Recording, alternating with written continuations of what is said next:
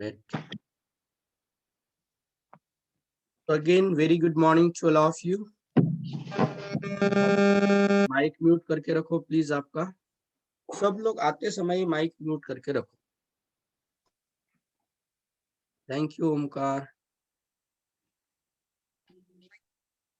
Okay चलो फिर। Good morning sir. Good morning.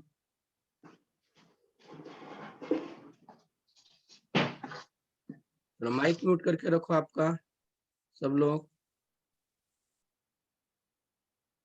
Okay तो चलो, तो हमने सबसे पहले देखा था Newton's law of gravitation. Am I right? तो क्या बताया था about Newton's law of gravitation? कौन बताएगा? Every body in the universe attract each other with gravitational force, and this gravitational force between two bodies, suppose मैंने ऐसे consider किया कि ये फर्स्ट मास है से m1, सेकेंड मास है m2, and these two masses are separated by distance r, तो उसमें क्या होगा? ग्रेविटेशनल फोर्स होगा। मतलब फर्स्ट बॉडी जो है सेकेंड बॉडी को अपनी ओर अट्रैक्ट करेगी, and second body first body को अपनी ओर अट्रैक्ट करेगी विथ फोर्स। करेक्ट है? तो ये जो फोर्स है, उस फोर्स के लिए फॉर्मूला क्या है? F इक्वल्स टू क्या formula? Gm1 m2 by r square. Gm1 m2 upon r square. तो आपको पता है this law is useful for point masses only, strictly for point masses. फिर अगर लार्ज मासेस रहेंगे तो क्या होगा? ये फर्स्ट केस मैंने बताया।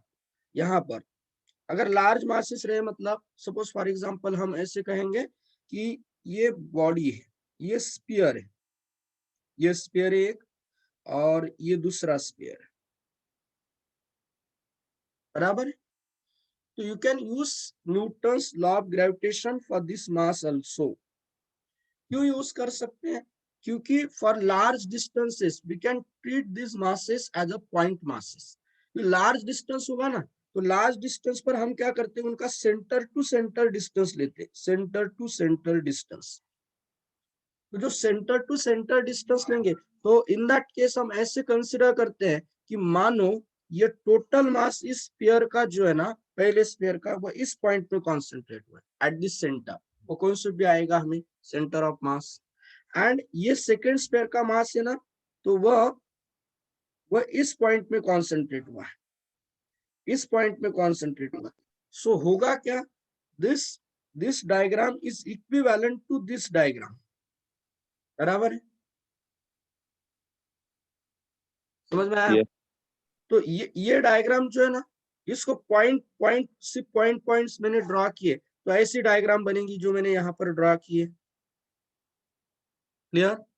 तो that's why in this case also हम यहाँ पर भी ये न्यूटन्स लॉ ऑफ ग्रेविटेशन जो है, ये जो फॉर्मूला है, ये जो फॉर्मूला है डियर स्टूडेंट्स, ये फॉर्मूला एज इट इज यहाँ पर भी यूज कर सकते हैं। यहाँ पर भी तो बस फर्स्ट स्फीयर का मास m1 है, सेकेंड स्फीयर का मास m2 है। करेक्ट है? Yes sir. But Yes. अगर मैंने कल जो एग्जांपल दिया था, क्या आपने किया, ट्राई किया, उसके लिए सॉल्व किया उसे? I am yes sir, yes. Okay, नहीं है तो मैंने कोई किया है प्रॉब्लम? ट्राई किया है ना आपने? तो देखो ये है रॉड। क्लियर? थोड़ा बड़ा कर देता हूँ, अब सब लोग समझ लो। रॉड दिखाई दे रहा है सबको? अब क्या कहा था मैंने, वो सब लोग समझ लो। अब सब लोग समझ लो, रॉड दिया था ना मैंने आपको ऐसा। रॉड का मास क्या है? कैपिटल maybe है, okay. And length of rod क्या है? L. एल।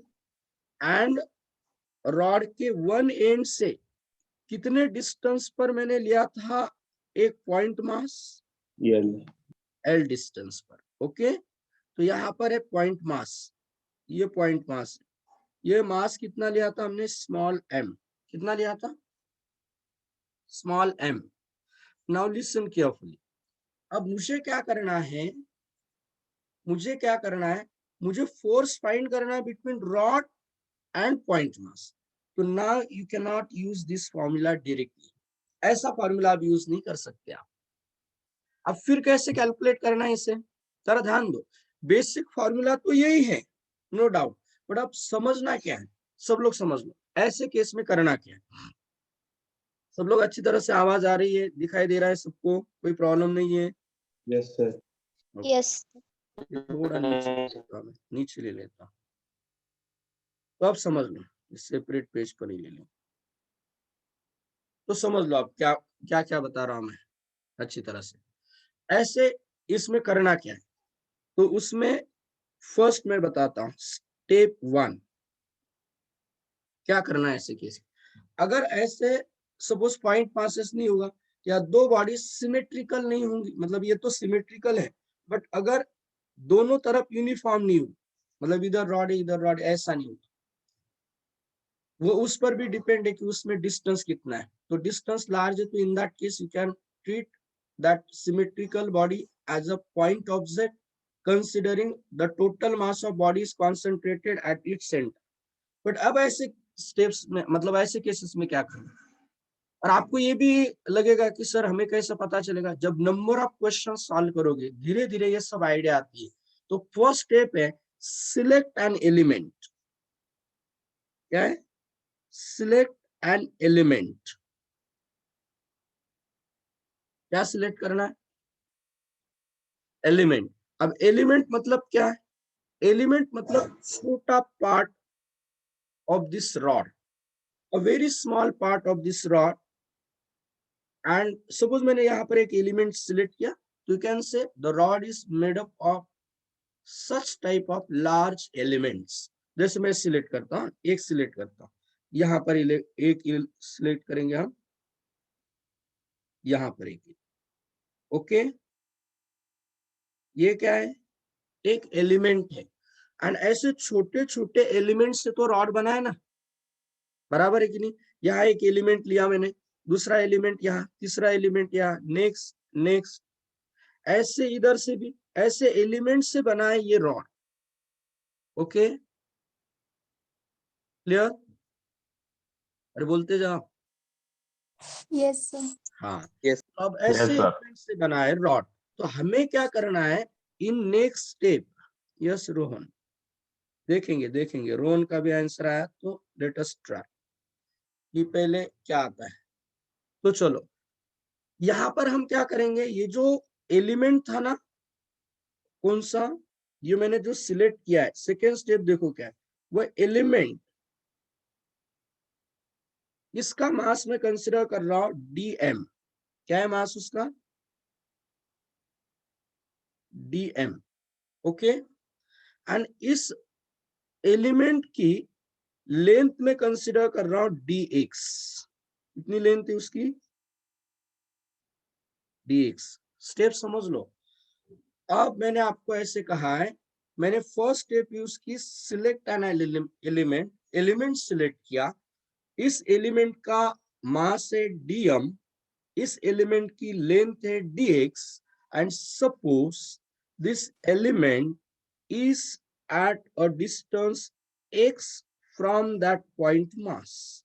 ओके, तो अब कंडीशन कैसे होगी, ये एलिमेंट इस मास से x डिस्टेंस पर है, करेक्ट है क्या?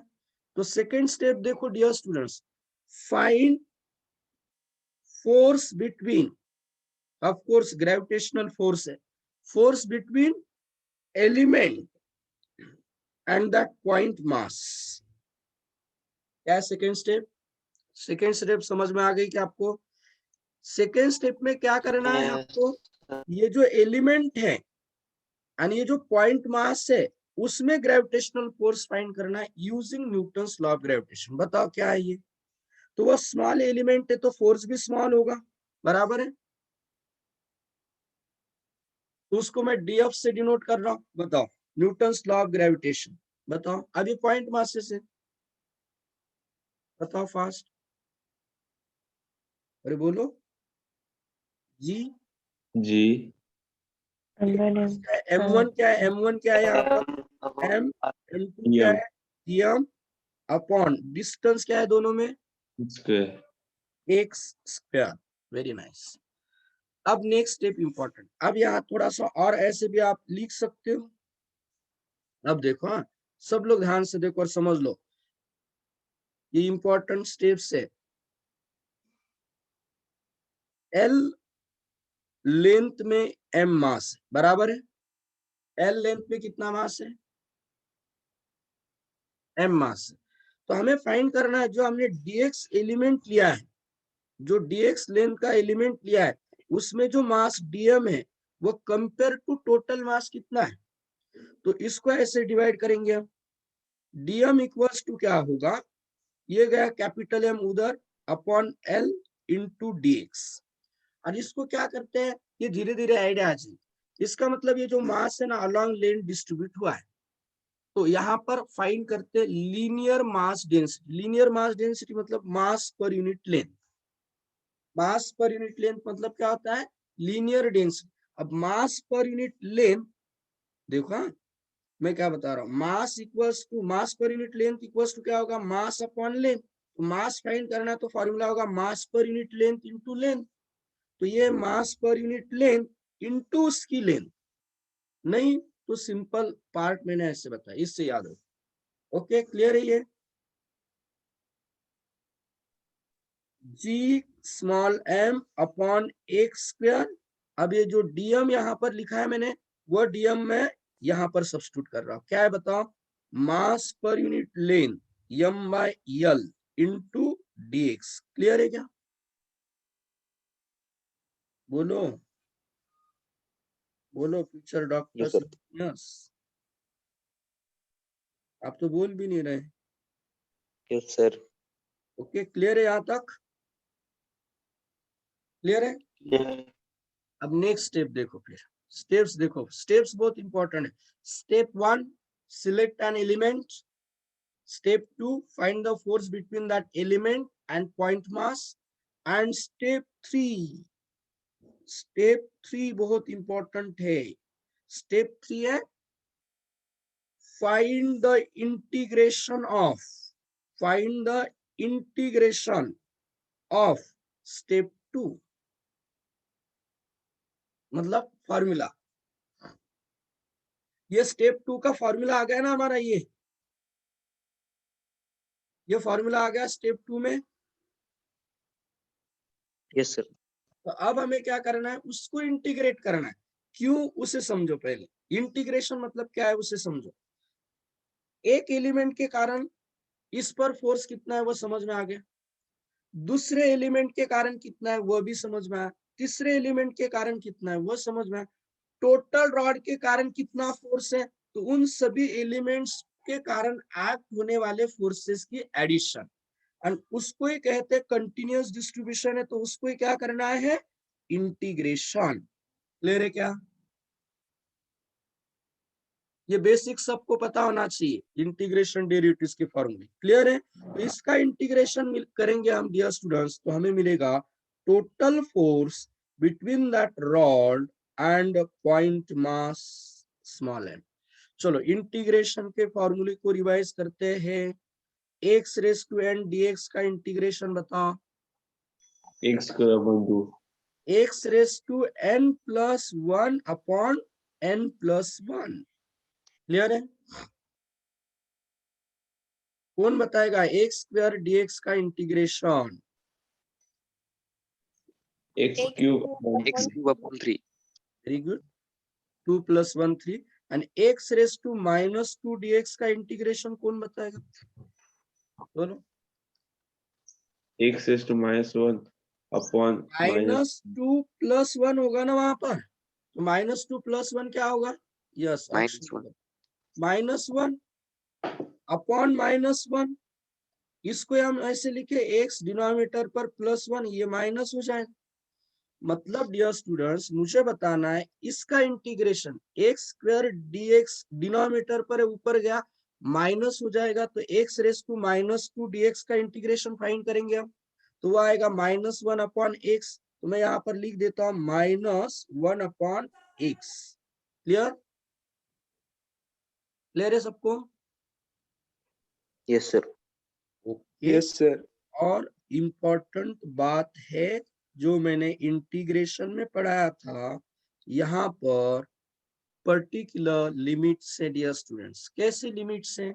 अब सुनो, ज्यादा से ज्यादा ये एलिमेंट आपका यहाँ आ सकता है, बराबर है, यहाँ आ सकता है। क्लियर है क्या? अरे बोलो। Yes, sir. इससे Yes, कम sir. डिस्टेंस पर होगा क्या एलिमेंट? नहीं, ये मिनिमम डिस्टेंस पर है, मतलब ये डिस्टेंस मिनिमम इतना होगा एल। मिनिमम डिस्टेंस कितना है? बोलो। Minimum distance L, lower limit. And maximum कहां पर हो सकता है एलिमेंट? आप यहाँ ले सकते हैं, इसके आगे तो नहीं लेंगे, इधर यहाँ ले सकते हैं। एंड मैक्सिमम इधर आ सकता है। इधर मतलब कितने डिस्टेंस पर? ये यल प्लस ये यल, मतलब कितने? 2L. 2l। तो upper limit and lower limit कैसे सिलेक्ट करना है? अब देखो, पहले हम सब्स्टिट्यूट करते हैं अपर लिमिट। अपर लिमिट क्या है? -1 अपॉन x इक्वल्स टू क्या है? 2l माइनस, अब माइनस माइनस प्लस हो जाएगा, लोअर लिमिट प्लस वाला टर्म पहले लिख देता हूं। क्लियर? बोलते जाओ। Yes, sir. G capital M small m। अब देखिए सब लोग, अब यहां पर यल कॉमन लिया आपने, यल कॉमन लिया यहां से बाहर, तो पहले का यल है ही ऑलरेडी, तो क्या हो जाएगा? L upon L square. L square हो जाएगा। एंड ब्रैकेट में क्या बचेगा? 1 minus 1 1 minus 1/2। And 1 minus half क्या होता है? half. हाफ। तो डायरेक्ट भी लिख सकते हैं आप, हाफ होता है। तो F इक्वल्स टू क्या आएगा? G capital M small m upon 2l square. Correct है क्या? किसने बताया था ये आंसर? देखने दो मुझे। 2gmm अपॉन 3l बताया था। देखो अब एक मिनट, सबको ऐड करता हूं मैं। और एक बार फिर से ये हाँ, बताओ। बताने वाला हूँ मैं, डोंट वरी, फिर से बताने वाला हूँ। सब लोग पहले से फिर से समझ लो, क्वेश्चंस थोड़े और अलग है, हमें अच्छी तरह से समझना है। छोटे छोटे पॉइंट से 2-3 स्टेप्स ये सिर्फ एक इंटीग्रेशन वाला स्टेप है जो आपको अच्छी तरह से पता होना चाहिए। ओके, फिर से रिपीट करूं? Nice, sir. देखो Yes, sir. शॉर्ट में बताता हूँ, Yes, sir. शॉर्ट में बता देता हूँ, ठीक है? चलो रेडी सब लोग? Yes, sir. अब देखो, मैंने आपको क्या कहा, ये रॉड, ये पॉइंट मास। तो मैंने इस रॉड का एक एलिमेंट सिलेक्ट किया जिसकी लेंथ है dx एंड जिसका मास है dm। तो सबसे पहले हम इन दो पॉइंट मासेस में क्या फोर्स है वो फाइंड करेंगे। तो क्या फोर्स? तो फोर्स का फॉर्मूला है gravitation law, Newton's law of gravitation, G m1 m2 upon distance square. तो सिर्फ मैंने क्या किया, इस एलिमेंट का जो मास है वो फाइंड किया यूजिंग द फॉर्मूला मास पर यूनिट लेंथ, मतलब m अपॉन l इंटू उसकी लेंथ dx। तो ये रिलेशन कैसा है, ये यहाँ पर भी मैंने शॉर्ट में बता दिया। अब हमें कुछ नहीं करना, ये G capital M small m यहाँ लिखा, यल यहाँ पर लिख दिया मैंने। अब हमें ये जो पार्ट है 1/x² dx साइड में लिख, इसलिए कि ये एक एलिमेंट के कारण स्मॉल फोर्स है, तो हमें टोटल फोर्स चाहिए इस रॉड के कारण, तो उसका करना है इंटीग्रेशन। क्या करना है? इंटीग्रेशन। कांस्टेंट पार्ट को हम इंटीग्रेट नहीं करते, minus x raise to -2, x raise to -2 dx का इंटीग्रेशन -1/x है। लिमिट्स कैसे फिक्स करना है, तो लोअर लिमिट यहाँ तक एलिमेंट हो सकता है एल डिस्टेंस पर and maximum 2l distance. Clear है क्या? तो मैंने ये लिखा x⁻² + 1 मतलब -1 अपॉन -1 मतलब -1 अपॉन x, इसमें अपर लिमिट सब्स्टिट्यूट की -1/2l, -1/2l माइनस, अब वो माइनस है, प्लस 1/l। तो ये लिया हमने कॉमन, पहले का यल, ये हो जाएगा l²। क्लियर है? एंड इधर बचा 1 माइनस हाफ हाफ, तो ये आ गया ये फॉर्म। क्लियर है क्या? बोलो Yes. और किसको? रोहन, अरे बोलते जाओ जरा। No sir. आज कैसी क्या ठंडी बज रही है क्या आपको आज? Clear is no sir. Sir. सबको क्लियर है? क्लियर है सर। बाकी स्टूडेंट्स अब टेस्ट कब बताइए आपको? मंडे। मंडे बताइए, मंडे Monday. बताइए ना, मैं दिखाई नहीं दे रहा हूँ। टेस्ट कब बताइए आपको? मंडे। मंडे को। ओके, तो चलो और कुछ क्वेश्चंस ऐसे सॉल्व करते हैं। सब लोग ध्यान से देखो, आज रिवीजन टाइप है, डिफिकल्ट डिफिकल्ट क्वेश्चंस है।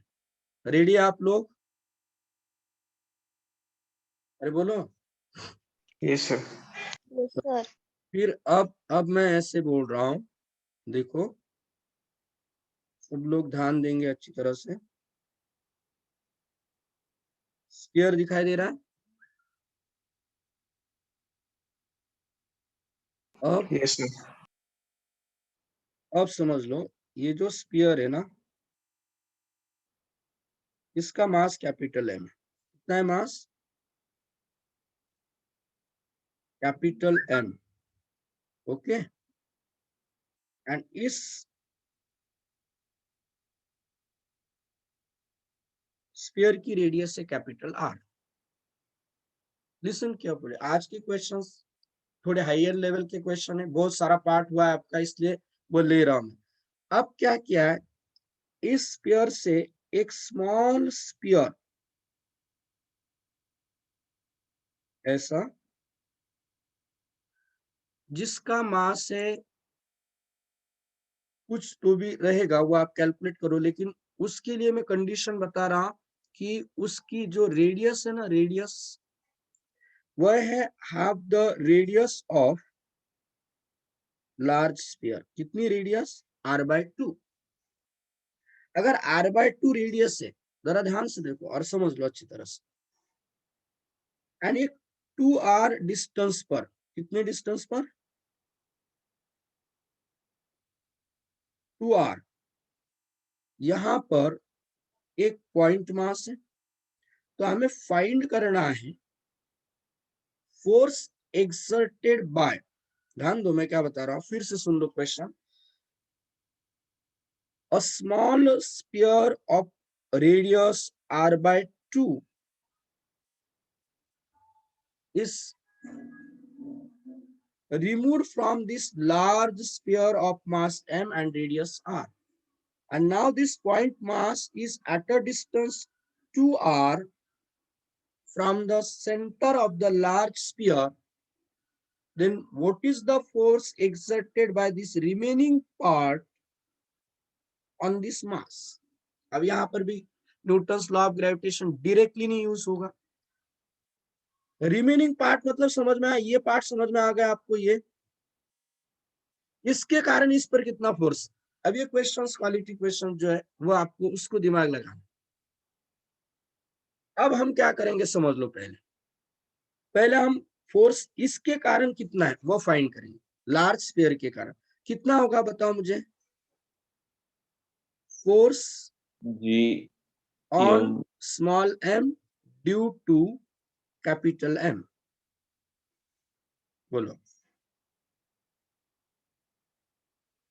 G उसके लिए capital डायरेक्ट फॉर्मूला यूज कर सकते हैं ना, gravitational law, Newton's law of gravitation. F1 consider कर, G m2 upon capital M small m upon कितना डिस्टेंस है, लेकिन यहाँ से यहाँ तक 2r 2r, वो लेना पड़ेगा ना, 2r होल स्क्वायर। मतलब वो क्या हो जाएगा, G capital M small M 2r का square 4r square equation 1। Okay, geometry की तरह ही है। अब देखो मुझे बताओ, इसका मास कैलकुलेट करेंगे पहले, है ना। इसका मास हम कंसीडर करते हैं एम डैश। ओके, अब यहाँ पर लाइन पर मास डिस्ट्रीब्यूट हुआ है क्या? नहीं। अब स्फीयर है मतलब किस पर डिस्ट्रीब्यूट हुआ है? वॉल्यूम पर। तो उसके लिए क्या करते हैं, वॉल्यूम डेंसिटी मतलब मास डेंसिटी, डेंसिटी मतलब मास अपॉन वॉल्यूम। क्या फॉर्मूला डेंसिटी का? Mass upon volume. तो अगर हमें मास कैलकुलेट करना है तो मास का फॉर्मूला क्या हो जाएगा? Volume into density. Very good, volume into density. But मुझे बताओ स्फीयर के लिए वॉल्यूम क्या होता है? 4/3 pi r cube. Very nice, 4/3 pi r cube, correct है। अब मैं क्या करता हूँ, स्मॉल जो स्फीयर है उसका मास जो हमने एम डैश लिया है उसको फाइंड करना चाहता हूँ। उसका वॉल्यूम कितना रहेगा? 4/3 पाई, उसकी रेडियस बताओ, r/2। रेडियस बताओ, r/2। तो r/2 क्यूब इंटू डेंसिटी। अब डेंसिटी का तो फॉर्मूला हमने लिखा है ऊपर, डेंसिटी मास बाय वॉल्यूम। तो वो डेंसिटी का फॉर्मूला यहाँ लिख देता हूं मैं, लिख दू m upon 4/3 pi capital R cube. Clear है क्या? m डैश क्या हो जाएगा? Look and listen, 4/3 pi cancel, R cube और यहाँ का R क्यूब कैंसल, इधर बचेगा कैपिटल M और यहाँ पर ये 2 क्यूब क्या होगा? 8। क्लियर है क्या? स्मॉल स्फीयर का मास कितना है? क्लियर है क्या सबको? ऑनलाइन स्टूडेंट्स सबके सब ऑनलाइन है, बोलो आप। Yes, sir. वैदेही, ओमकार, साक्षी, यस सर। सबको क्लियर है? Yes, sir. Good. अब मुझे बताओ फिर, अब मुझे बताओ आप लोग, अगर इसका मास हमें मिल गया m/8, अब ये पॉइंट मास है, ये भी स्फीयर, आप डायरेक्ट ग्रेविटेशनल लॉ यूज कर सकते हैं हम। तो इन दोनों में डिस्टेंस कितना होगा? कौन बताएगा? क्या करना होगा? ये टोटल यहाँ से यहाँ तक कितना है? 2r - r/2। Correct, very nice. ये r/2 अगर आपने कम कर दिया तो ये डिस्टेंस मिलेगा ना हमें यहाँ से यहाँ तक का, 3/2r। मतलब क्या होगा वो 2r माइनस r/2, तो क्या होगा 3/2r। Very good. तो अब हम ऐसे कंसिडर करते हैं, पहले F1 तो हमें मिल गया था, अब हम F2 फाइंड करते हैं, फोर्स बिटवीन स्मॉल स्फीयर जो r/2 रेडियस का है, वो स्मॉल स्फीयर एंड वो पॉइंट मास। तो फॉर्मूला यूज करेंगे जी m dash m upon distance square. तो डिस्टेंस कितना है? 3/2 r होल स्क्वायर। तो चलो आप सब्स्टिट्यूट करते जाओ, जी m डैश बताओ कितना है? m/8। m/8, very nice. 3/2 का स्क्वायर करो, 9/4 r स्क्वायर और ये स्मॉल m, अभी होगा 4 2 8। तो F2 क्या हो गया? G capital M small m upon, बोलो 18r²। 18r square. गुड, हो गया इक्वेशन 2। अब आपको आइडिया आई होगी ज्योमेट्री की तरह, प्रीवियस स्टैंडर्ड में आपने देखा है कि अगर इसके कारण इस पर फोर्स F1 है, इसके कारण इस पर फोर्स F2 है, तो माय डियर स्टूडेंट्स इसके कारण कितना फोर्स होगा, कैसे कैलकुलेट करोगे? F1 - F2। Very nice. इसका टोटल फोर्स जो एग्जर्ट हो रहा है उसमें से इसका फोर्स सब्ट्रैक्ट करो, तो आने वाला फोर्स होगा force exerted by this part. तो करते हैं, so therefore force due to remaining part क्या होगा? F equals to F1 minus F2 2। चलो F1 बताओ। G बोलते जाओ। G GM capital M small m upon 4R square. Equation 1 and ये इक्वेशन 2 सब्स्टिट्यूट करो। Minus G capital M small m upon 18R square. तो net force क्या होगा? G capital M small m upon R square common ले लो, 1/4 minus 1/18। Clear है क्या? बोलो। Yes sir. तो चलो फिर क्रॉस मल्टीप्लिकेशन करो। 18 माइनस 4 14 अपॉन 4 इंटू 18 बराबर है 2 2 जा 4 2 7 जा, मतलब 7 G capital M small m upon 18 into 2 36 R square. 7 G capital M small m upon 36 R square. Dear students, challenging है ना क्वेश्चन? Yes sir. अच्छे है क्या क्वेश्चंस? क्वेश्चन अच्छे बोलना फिर। सर और एक बार एक्सप्लेन करो सर। फिजिक्स में तो हर एक क्वेश्चन चैलेंजिंग ही है कि नहीं? चलो कोई प्रॉब्लम नहीं। इधर देखो, कुछ नहीं करना है। इसमें और इसमें फोर्स कितना है? फोर्स कैसा फॉर्मूला फाइंड करेंगे? G m1 m2 upon R square. Distance कितना है? 2R, 2R का स्क्वायर 4R स्क्वायर हो गया। अब इसमें और इसमें कितना डिस्टेंस? हाँ बोलो बोलो।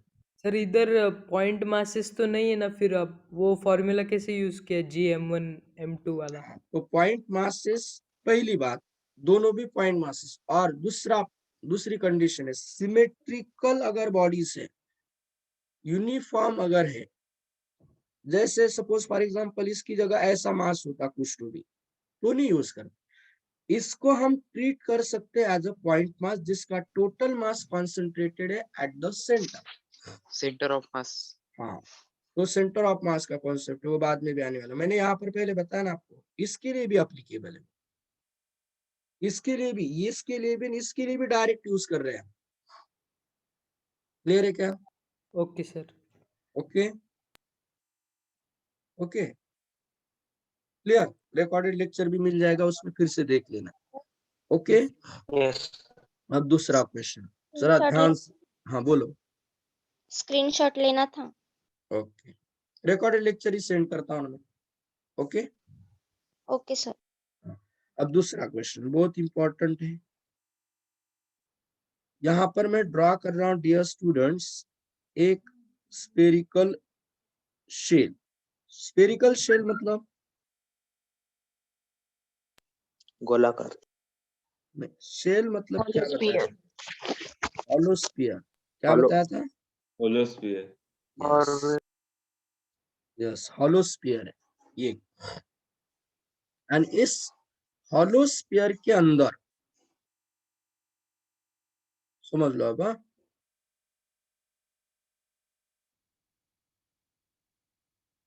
इस होलोस्फीयर के अंदर और एक होलोस्फीयर है। कॉन्सेंट्रेट करो। जैसा बताया ना आपको कॉन्सेंट्रेशन बढ़ाने के लिए, ऐसे बताते ना डायग्राम। अब देखो, इल्यूजन। हाँ, इसकी रेडियस R1 है। कितनी है? R1।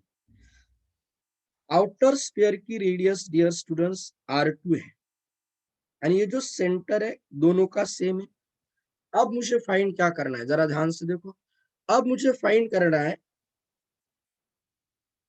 फोर्स और इंटेंसिटी भी फाइंड कर सकते हो आप। फोर्स एट दिस पॉइंट और इंटेंसिटी फाइंड करेंगे। Intensity at this point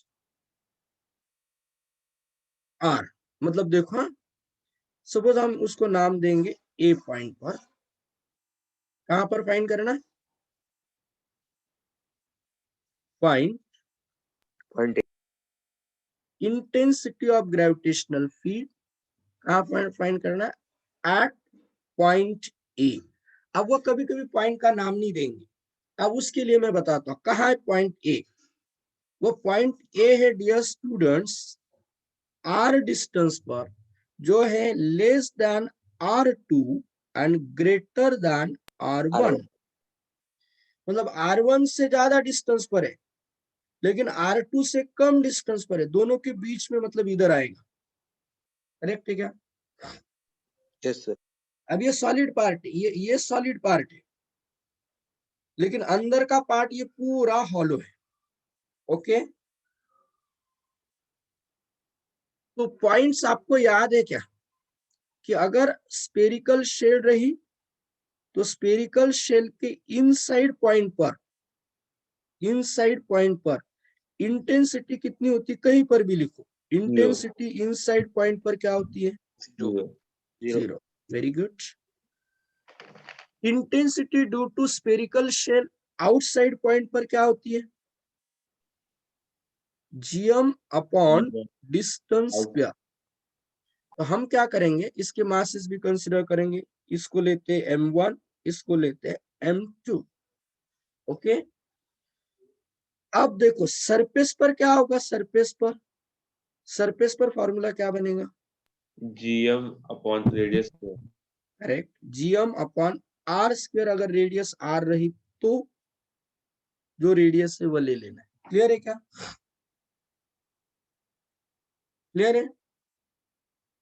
3 points sir. Clear है क्या आपको? सरफेस पर रहा तो GM अपॉन R, आउटसाइड रहा तो उतना जितना डिस्टेंस है उतना डिस्टेंस ले लेने का। Inside the spherical shell gravitational field क्या होती है? 0 होती है। अरे बोलो। Yes sir. तो अब मुझे बताओ इसको क्या करना है, ट्रीट कैसे करना है? ऐसा सोचो कि अब सिर्फ यही शेल है तो इसके लिए वो ए पॉइंट आउटसाइड है या इनसाइड है? आउटसाइड। आउटसाइड के लिए फॉर्मूला क्या है? GM M कितना है उसका मास? M1 अपॉन डिस्टेंस स्क्वायर कितना है? R square. करेक्ट है? ये डिस्टेंस है और इसके कारण है तो उसका मास आएगा GM1 upon distance square. Clear है क्या? एंड सेकेंड शेल के लिए, सेकेंड शेल कौन सी? इसके लिए वो ए पॉइंट कहाँ है? इनसाइड है या आउटसाइड है? इनसाइड। First inside. तो इनसाइड कितनी होगी इलेक्ट्रिक फील्ड? 0। तो टोटल मिलकर कितना होगा? E1 plus E2 GM by R square. अब हमारा ये शायद खत्म हो गया है तो मीटिंग एंड होने वाली। तो एक काम करो, मैं आपको यही पॉइंट बता रहा हूं, आपको वो होमवर्क में करना है। बी पॉइंट पर एंड सी पॉइंट पर कितनी इंटेंसिटी होगी ग्रेविटेशनल